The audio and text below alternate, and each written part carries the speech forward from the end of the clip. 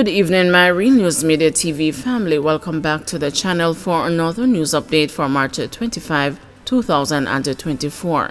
And in the news this evening, gunmen posing as a goat buyers shoot a farmer in Manchester. Gunmen posing as goat buyers shot a 50-year-old farmer at his home in St. Paul's district in Manchester on Sunday afternoon. The farmer has since been hospitalized in serious but stable condition, the police said. Reports are that sometime in the morning, the farmer received several phone calls from someone arranging to purchase goats. Around 1 p.m., a silver Toyota motorcar drove up in his yard. Two men who alighted from the vehicle, leaving the driver, went to the farmer and told him of their intention to purchase a goat from him. The farmer walked to the pen with the men and was in the process of showing them the goats when both brandished handguns pointed at him and told him not to move. The farmer ran off and the men fired several rounds in his direction, hitting him in the upper body. The men then escaped in the waiting motor vehicle. The farmer was rushed to the hospital. No motive has been established for the attack, the police said. Westmoreland man charged after chopping woman with a machete. A 38-year-old man from Westmoreland was charged with wounding with intent after he allegedly used a machete to chop a woman on Sunday. He is Garrett Reed, otherwise called Suki, of Strathbogie District, Savannah-Lamar.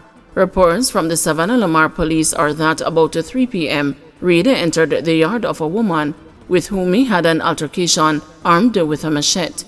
During the argument, Reed used the machete to chop the woman, causing wounds to her upper body. The police were alerted and the woman was taken to the hospital for treatment and was admitted in serious condition. Reed was later arrested and charged based on witness statements. His court date is being finalized. Boat captain charged after allegedly posting intimate video of his ex on social media. A 30-year-old man from St. James has been charged with malicious communication after allegedly posting intimate videos of his ex-girlfriend on social media between March 4 and 6. He is Duran Bryan, boat captain of Palmyra Palms, Providence Heights. Reports are that an intimate relationship between Bryan and the woman ended in February. However, since then, he has been allegedly stalking and threatening her. According to the report, between Monday, March 4 and Wednesday, March 6, he allegedly proceeded to post the intimate videos of them to a social media platform. The woman reported the matter to the police and Bryan was taken into custody. He was formally charged on Sunday, March 24. His court date is being finalized. Cyclist killed in crash with motorcar in Bog Walk. The St. Catherine North Police have launched an investigation into the death of a man along the bypass in Bog Walk, St. Catherine. He has been identified as Bernard Nelson, a 63-year-old laborer of Shenton District, St. Catherine. He was reportedly riding a bicycle along the roadway about 12:30 p.m. Sunday when he attempted to cross the road and was hit by a Toyota Corolla Fielder motor car. Nelson and the driver of the motor car suffered injuries. Both were taken to the Linstead Public Hospital, where Nelson died and the driver was admitted for treatment.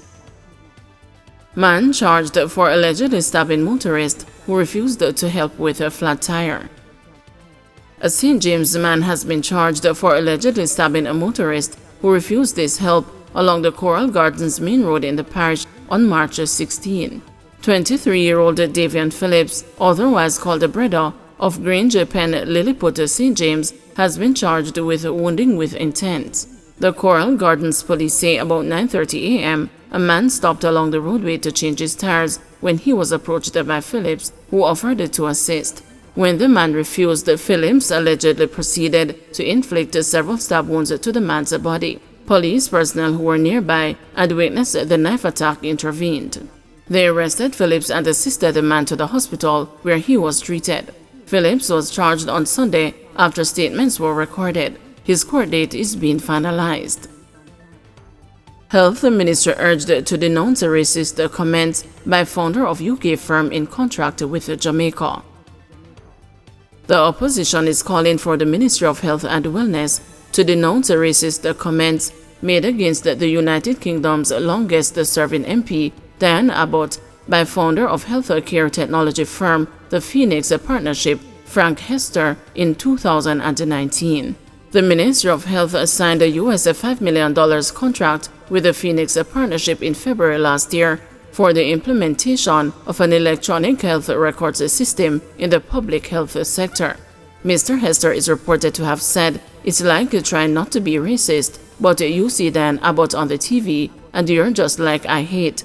You just don't want to hate all black women because she's there, and I don't hate all black women at all, but I think she should be shot."